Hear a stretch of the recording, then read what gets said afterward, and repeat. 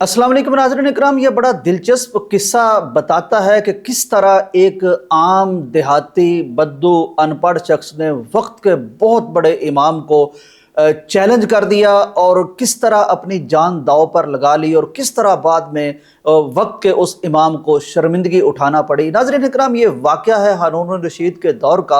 हारून रशीद एक मुसलमानों का बहुत मारूफ खलीफा था। उसके दौर में बहुत इल्म की बातें होती थी, बहुत साइंस की तरक्की होती थी, बहुत बड़े अब्बासी खलीफा थे। तो इनके दरबार में एक इमाम होते थे, असमही उनका नाम था। वो बहुत ज़ीरक आदमी थे, बड़े दाना आदमी थे, लुगत के इमाम थे, अक्ल के बादशाह थे। तो वो बादशाह के दरबार में हाजिर रहते। तो मुख्तलिफ लोग जब कोई बात कर रहे होते, जब किसी मामले में वो किसी फैसले पर ना पहुंच सकते, किसी नतीजे पर ना पहुंच सकते, तो फिर खलीफा हारून रशीद असमही की तरफ मुतवज्जे होते, उनको बड़े अदब व एहतराम से मुखातब करके कहते, जी जनाब आपकी इस बारे में क्या राय है। फिर उनकी राय ली जाती और फिर उस पर अमल किया जाता है। ये इतने बड़े इमाम थे, इतने मशहूर इमाम थे, खलीफा जिनकी इज्जत करता था। अब एक दिन होता क्या है नाज़रीन इकराम की, किसी जगह बैठे होते हैं, दर्स इरशाद फरमा रहे होते हैं, बेशुमार लोग इनके सामने बैठे होते हैं। तो ये पढ़ते हुए कुछ सबक दर्स इरशाद फरमाते हुए कुरान मजीद की एक आयत पढ़ते हैं। और जब ये आयत पढ़ते हैं, अस्सारिकु वस्सारिकतु फक्तउ ऐदियहुमा जज़ाअम बिमा कसबा नकाल मिनल्लाह, उसके बाद ये पढ़ते हैं वल्लाहु गफूरुर रहीम।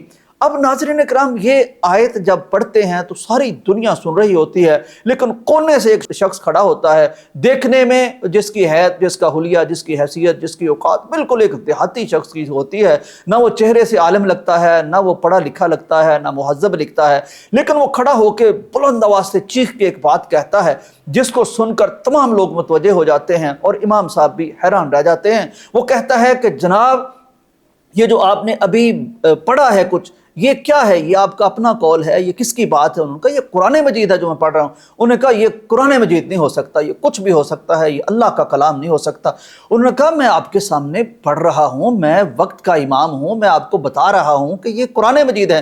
वो कहता जनाब आप जिस तरह भी मुझे कहेंगे मैं मानने को तैयार ही नहीं हो सकता, ये अल्लाह का कलाम हो ही नहीं सकता।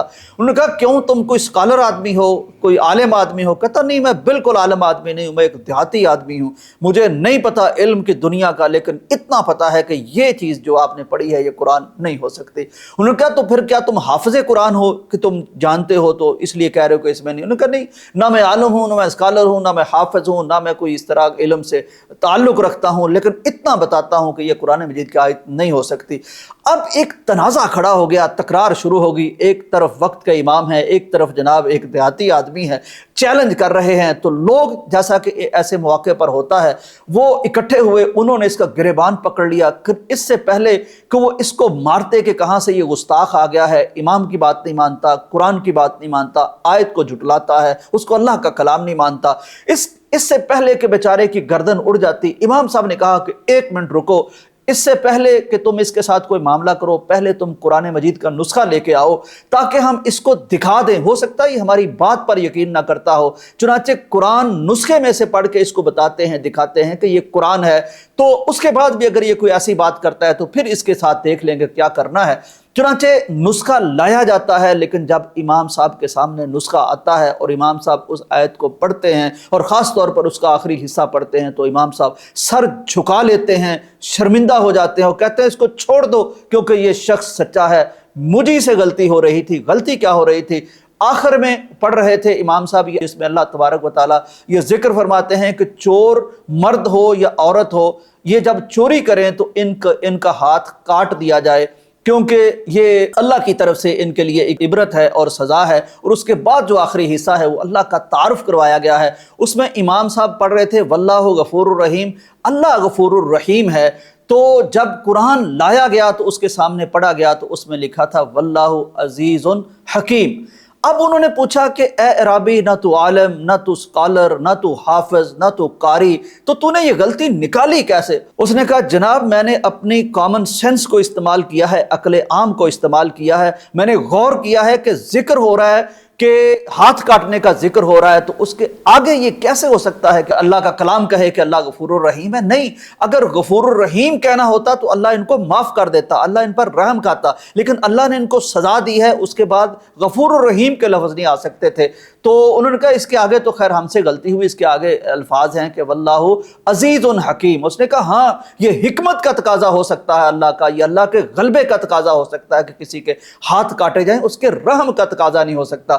ناظرین کرام، یہ واقعہ آپ سنیے اور غور کیجئے کہ کبھی لوگ قرآن کو کتنا غور کرتے تھے، اس کے معنی پر کتنا تدبر کرتے تھے، کتنا تفکر کرتے تھے۔ ایک عام آدمی بھی جب قرآن کو سنتا تھا تو وہ جب معنی جانتا تھا تو وہ بڑے بڑے اسکالر کی غلطی نکال سکتا تھا۔ افسوس اس بات پر ہے کہ آج ہمارے ہاں حافظ بھی ہیں، ہمارے ہاں قاری بھی ہیں، اللہ تعالیٰ ان کی محنتیں قبول فرمائے، لیکن آج ہمارے بچے ڈاکٹر ہیں، پی ایچ ڈی اسکالر ہیں، وہ انجینئر ہیں، وہ نہ جانے کس کس چیز کے ایکسپرٹ ہیں، وہ اگر نہیں جانتے تو قرآن کو نہیں جانتے۔ آج ان کے سامنے قرآن پڑھا جا رہا ہوتا ہے، پورے رمضان میں پورا قرآن پڑھ دیا جاتا ہے، کہاں امام بھولتا ہے، کہاں غلطی کرتا ہے، کیا معنی ہے، ان کو کوئی پتہ نہیں ہوتا۔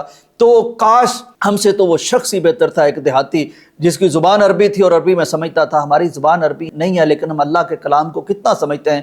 تو یہ واقعہ ہمیں بتاتا ہے کہ اگر قرآن پر غور کیا جائے تو اس سے پھر کیسی عزت ملتی ہے۔ آپ اندازہ کریں اس شخص کا کہ جب ایک امام کی غلطی نکالی اور امام بیچارے سر پکڑ کے بیٹھ گئے تو اس وقت لوگوں نے کس قدر اس کو سراہا ہوگا، کس قدر اس کی عزت بنی ہوگی، کس قدر اس کو ناموری اور شہرت ملی ہوگی، کس قدر اس کو انعامات اور اکرام ملے ہوں گے۔